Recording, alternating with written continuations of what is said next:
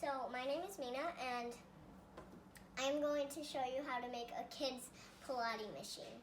So first of all, this grown-up one is a little bit dangerous for kids to use.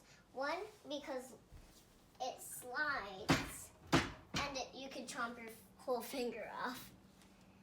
So this is how to make one. For this one you need either like a yoga mat or this type of mat that has flexes.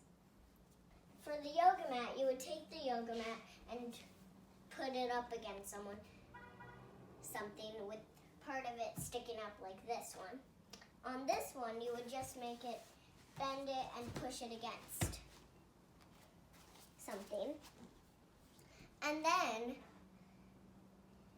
you basically just take some yarn and put it like this and tape it against. Then you make like these hand mitts, and you can hold them like this. And you put them on both sides. And then basically you've got a kid's reformer. You would sit on it. If you wanted it to be very comfortable, just put a pillow here.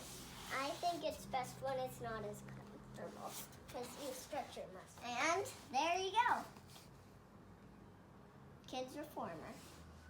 Now you can follow along when your parent does it. Bye.